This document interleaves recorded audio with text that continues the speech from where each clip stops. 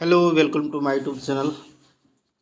कैसे हैं स्टूडेंट? मैं आशा करता हूं आप लोग सभी होंगे। आज मैं आपके लिए झारखंड शैक्षणिक अनुसंधान एवं प्रशिक्षण परिषद रांची द्वारा जो वार्षिक परीक्षा होना है 2024 में क्लास 10th के लिए 2023-24 का जो सेट मॉडल प्रश्न है मैं उसको सॉल्व करके बताऊंगा। और बच्चों जितना हो सकेगा इसमें मैं बताऊंगा क्या इसका राइट आंसर होगा। और स्टूडेंट मैं आपसे एक निवेदन करना चाहूँगा, हमारे चैनल पर नए हो तो हमारे चैनल को सब्सक्राइब कर दीजिएगा और बेल आइकन घंटी को प्रेस कर लीजिएगा। चलिए फटाफट स्टार्ट करते हैं। क्या है आज के प्रश्न में? इसमें इस वर्ष 2024 में कुछ न्यू पैटर्न आया है और कुछ चेंज हुआ है। पिछले साल क्या था कि 40 क्वेश्चन पूछते थे ऑब्जेक्टिव, और इस वर्ष जो है सो 30 क्वेश्चन ही जो है सो आपको पूछा जाएगा ऑब्जेक्टिव, बाद बाकी सब्जेक्टिव भी रहेगा। टोटल क्वेश्चन रहेगा 52। तो ये देख सकते हैं 2023-24 का है। समय रहेगा 3 घंटा। पूर्णांक रहेगा 80 नंबर का। समान निर्देश ये भी है कि परीक्षा यथासंभव अपने शब्दों में उत्तर देना है ना। Candidate should answer in their own words as much as possible. सभी प्रश्न अनिवार्य हैं। All questions are compulsory. ये सब तो इंस्ट्रक्शन रहता है जो सभी परीक्षाओं के लिए रहता है। और उसी तरह से आप लोग के लिए भी दिया गया है इंस्ट्रक्शन। आगे क्या होने वाला है, प्रश्न क्या रहने वाला है, मैं बताने वाला हूँ। तो ये रहा फर्स्ट क्वेश्चन। क्या लिखा हुआ है? फर्स्ट क्वेश्चन आपके सामने है, निम्न में से कौन जैव संसाधन है? तो आप जानते हैं कि मनुष्य जो है सो क्या है, जैव संसाधन होता है। यानी इसमें ऑप्शन भी आगे दिया है, 4 ऑप्शन है। निम्न में से कौन सा जैव संसाधन का उदाहरण है? मनुष्य, जल या सूर्यताप या लौह यश। तो आप लोग जानते हैं कौन सा सही जवाब होगा।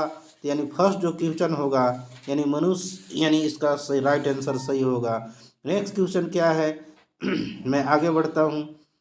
सेकेंड क्वेश्चन आपके सामने स्क्रीन पर है, मानव जीवन की गुणवत्ता और विश्व शांति बनाए रखने के लिए संसाधनों का समाज में कैसा बंटवारा होना चाहिए? तो अमीर है ना, अमीर के हिसाब से या गरीबों के हिसाब से, सरकार के हिसाब से या न्याय संगत होना चाहिए? तो आप लोग दोस्तों अब जान सकते हैं कि अमीर के हिसाब से नहीं होना चाहिए। अमीर को दे दीजिएगा तो अमीर बनता जाएगा, गरीब गरीब ही रह जाएगा। तो ये न्याय संगत होना चाहिए, सबको अधिकार बराबर मिलना चाहिए। इसलिए इसका सही राइट आंसर क्या होगा? तो इसका राइट आंसर आपका सही जवाब होगा, यानी जो न्याय संगत होगा वो सही जवाब है, यानी ये आपका करेक्ट आंसर है। थर्ड क्वेश्चन की ओर मैं बढ़ूंगा। निकोबार कबूतर किस जाति के श्रेणी में आता है? सामान्य जातियां हैं, दुर्लभ जातियां हैं या स्थानिक जातियां हैं या लुप्त जातियां हैं? तो आपको पता होना चाहिए जो निकोबारी समुद्री इलाका की ओर रहते हैं, निकोबार हम लोग का द्वीप समूह है, उसी में कौन से जाति के कबूतर रहते हैं? तो सी जो आपका स्थानिक जातियां हैं, ये राइट आंसर आपका होगा। तो जो सही जवाब आपका निकल के आ रहा है ये कौन सा जवाब होगा? तो ये सही जवाब आपका सी सही जवाब होगा। नेक्स्ट क्वेश्चन आपका क्या है? नेक्स्ट है आपके सामने, निम्न में से कौन सा सुमेलित नहीं है? सुमेलित नहीं है मतलब कौन, मतलब मैच नहीं करता है।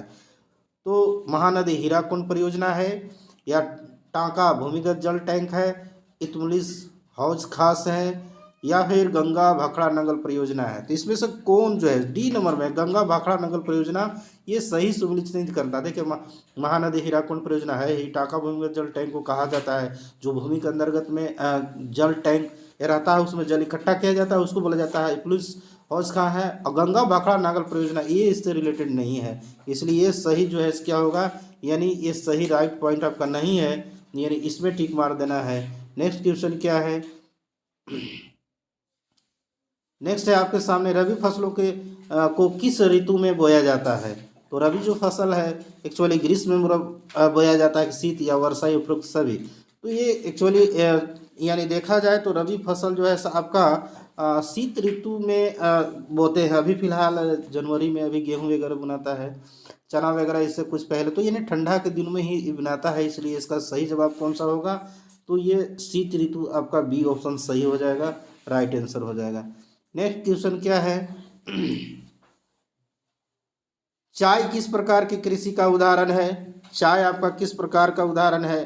तो यानी देखा जाए तो जीवन निर्वाह कृषि है, प्रारंभिक कृषि है, रोपण कृषि है या झूम कृषि है?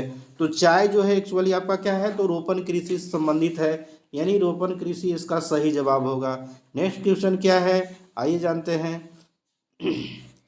झारखंड में गुआ और नुआ मुंडी में कौन सा खनिज पाया जाता है? झारखंड में गुआ और नुआ मुंडी में कौन सा खनिज पाया जाता है? थोड़ा और मैं जूम करके दिखा देता हूँ ताकि साफ साफ आप लोग को पता चले। तो इसका कौन सा राइट आंसर होगा मैं बता देना चाहता हूँ। इसका राइट आंसर जो होने वाला है आपके सामने कोयला, तांबा, अभ्रक। तो ये नुआ मुंडी और एक है कौन सा नुआ मुंडी, गुआ और नुआ मुंडी में, तो यानी इसका सही जवाब जो होगा वो लौह यश होगा, जो नुआ मुंडी में पाया जाता है। वहीं से जमशेदपुर जो वहाँ फैक्ट्री है उसी को वहाँ से पूरा होता है। नेक्स्ट क्वेश्चन क्या है? नेक्स्ट क्वेश्चन आपके बीच मैं फिर दिखाता हूँ। निम्नलिखित में से किसका परिवहन पाइपलाइन द्वारा होता है? पानी का, कच्चा तेल, पेट्रोल उत्पाद या उपरोक्त सभी? तो पाइपलाइन द्वारा किसका होता है? 8 नंबर क्वेश्चन का कौन सा सही जवाब होने वाला है? तो सभी का होता है। पानी भी पाइपलाइन से जाता है, तेल भी, पेट्रोल उत्पाद भी एक तरह से कहा जाए तो इसका राइट सही आंसर कौन होगा? उपरोक्त सभी होगा। नेक्स्ट क्वेश्चन क्या है? हमारे देश की 22 प्रमुख भाषाओं को संविधान की किस अनुसूचित में रखा गया? 8वीं, 9वीं, 7वीं या 6ठी? तो यानी जो 9 नंबर क्वेश्चन का जो सही जवाब होगा यानी ए नंबर जो है, यानी आपका कहा जाए तो 8वीं अनुसूची में आपका देखा जाए तो 8वीं अनुसूची में ये रखा गया है। नेक्स्ट क्वेश्चन कौन सा है मैं बताने वाला हूँ। 10 नंबर क्वेश्चन है, स्थानीय शासन व्यवस्था में कितना पद महिलाओं के लिए आरक्षित है? 1/3, 1/4, 2/3, 3/4? तो ये 10 नंबर का 1/3 जो है सो आपका सीट आरक्षित है, जो सही जवाब होगा, यानी 1/3 राइट आंसर होगा। नेक्स्ट क्वेश्चन क्या होगा मैं बताने वाला हूँ। अमेरिका में नागरिक अधिकार आंदोलन कब हुआ था?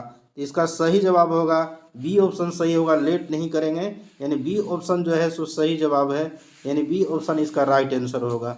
नेक्स्ट क्वेश्चन क्या है आपके स्क्रीन पर मैं बता रहा हूँ। भारत के राज्यों के विधानसभाओं में महिलाओं का प्रतिनिधित्व कितनी फीसदी है? यानी जो भारत में अभी कितना फीसदी ऐसे महिला है जिसको भारत के राजनीतिक में व्यवस्था में उनको जोड़ करके रखा गया है? तो इसका सही जवाब होने वाला है, यानी क्वेश्चन नंबर जो 12 का सही जवाब है वो कौन सा होगा? यानी डी ऑप्शन सही है, यानी 5% से कम है, समझ जाइए इसका राइट आंसर यही होगा। नेक्स्ट क्वेश्चन क्या है? इनमें से कौन से देश में द्विदलीय व्यवस्था है? भारत, अमेरिका, फ्रांस या जर्मनी में? यानी 13 नंबर क्वेश्चन का बी ऑप्शन आपका राइट आंसर होने वाला है, ये सही जवाब है। नेक्स्ट क्वेश्चन क्या है? नेपाल में राजतंत्र को किस वर्ष समाप्त किया गया था? यानी नेपाल पहले जो है सो वहाँ राजा का तंत्र चलता था, यानी वहाँ लोकतंत्र की व्यवस्था किया गया उसको हटा करके। तो कब? 2006, 2008 या 2004 या 2005 में किया गया। तो कब किया गया था? यानी 2008 में जो है सो नेपाल जो है स्वतंत्र भी हुआ था, ये सही जवाब है। नेक्स्ट क्वेश्चन क्या है?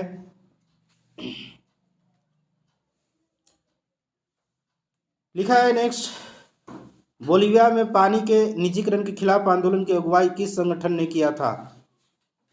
तो इसका सही राइट आंसर कौन सा होगा?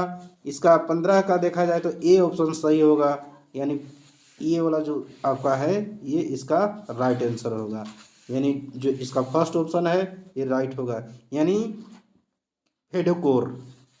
नेक्स्ट क्या है? इसका नेक्स्ट जवाब आपके सामने है, क्या होने वाला है मैं बता रहा हूँ। नेक्स्ट है, केरल में शिशु मृत्यु दर कम होने का एक कारण निम्नलिखित में से कौन सा हो सकता है? सार्वजनिक वितरण प्रणाली का सही क्रियान्वयन, आत्म परिवहन व्यवस्था, शिक्षा, स्वास्थ्य जैसी मौलिक सुविधाओं में पर्याप्त उपलब्धता या उच्च प्रति व्यक्ति आय? इसका सही राइट आंसर क्या होगा? तो सी ऑप्शन जो सही जवाब है, शिक्षा एवं स्वास्थ्य जैसी मौलिक सुविधाओं की पर्यटन उपलब्धता, ये सही जवाब है इसका दोस्तों। नेक्स्ट क्वेश्चन क्या है इसका? 17, निम्नलिखित में से किसे संगठित क्षेत्र में नियोजित कहा जा सकता है? निम्नलिखित में से किसे संगठित क्षेत्र में नियोजित कहा जा सकता है? कृषि मजदूर, बहुराष्ट्रीय कंपनी, अस्थायी कर्मचारी या फिर लघु उद्योग श्रमिक या फिर कबाड़ी वाला, तो कौन इसका सही आंसर क्या होने वाला है? इसका जो बी ऑप्शन सही होगा, यानी बहुराष्ट्रीय कंपनी के स्थायी कर्मचारी। नेक्स्ट क्या होगा? रोजगार के अधिक अवसर उत्पन्न करने के लिए निम्न में से कौन से उपाय किए जाते हैं? सिंचाई की सुविधा में वृद्धि, विद्यालय में अस्पताल की स्थापना, खाद्य संस्करण इकाई की स्थापना। तो क्या केवल एक या दो, या फिर सी ऑप्शन में दो तीन, या फिर एक दो तीन, तीनों सही? कौन सा सही जवाब होगा इसका आपको मैं बता दे रहा हूँ। इसका डी ऑप्शन सही होगा, एक दो तीनों यानी होना चाहिए। नेक्स्ट क्वेश्चन क्या है? निम्नलिखित में से कौन सा एजेंसी भारत सरकार की ओर से करेंसी नोट जारी करता है? तो भारत सरकार की ओर से जो करेंसी नोट जारी भारत के वित्त मंत्री इन्हें जारी करते हैं, भारतीय रिजर्व बैंक द्वारा जारी होता है, या फिर देश के सभी बैंक यानी करेंसी नोट जारी करता है, या विश्व बैंक करेंसी नोट जारी करता है? तो इसका राइट आंसर होने वाला है दोस्तों 19 का जो है, यानी बी ऑप्शन सही जवाब होगा, यानी बी ऑप्शन जो है सो आपका राइट आंसर होगा। नेक्स्ट क्वेश्चन क्या है? राम और श्याम दो छोटे किसान हैं जिन्होंने अलग अलग शास्त्रों से 20,000 रुपया कर्ज लिया। राम ने 1.5% ब्याज प्रतिमाह की दर से एक व्यापारी से कर्ज लिया है, जबकि श्याम ने यह कर्ज बैंक से प्रतिवर्ष 8% दर से ब्याज लिया है। उपरोक्त उदाहरण में कौन सा कथन सत्य है? राम ने सही किया क्योंकि उसे उसी प्रकार के कागजी कार्रवाई नहीं करनी पड़ी, या श्याम की हालत इसमें से और भी देख सकते हैं क्या है। तो इसका 20 नंबर का जो सही जवाब होगा ये सी होने वाला है। राम के हालात ज़्यादा खराब है क्योंकि वो है ना, क्योंकि वो ज़्यादा ब्याज दे रहा है, ठीक ना, तो इसलिए उसका हालत क्या है? बहुत खस्ता है। नेक्स्ट क्वेश्चन क्या है?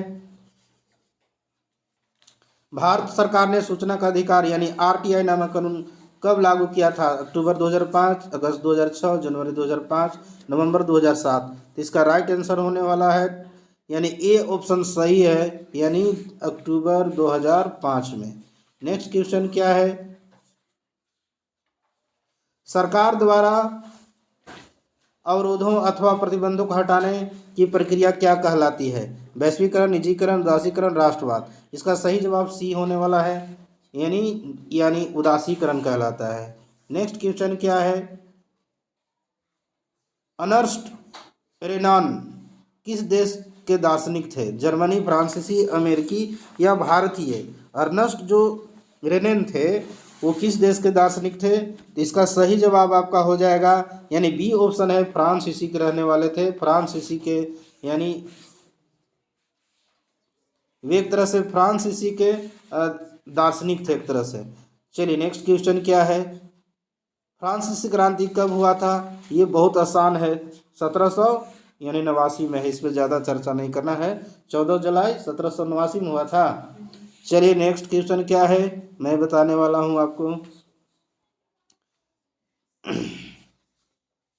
नेक्स्ट क्वेश्चन है, यंग इटली भूमिगत संगठन के संस्थापक कौन था? हिटलर, नेपोलियन या जियोसेफी मेसनी या कार्ल मार्क्स? तो यंग इटली आप जानते हैं कि जियोसेफी मेसनी के बारे में आप हिस्ट्री बुक में आप पढ़े होंगे, ठीक है।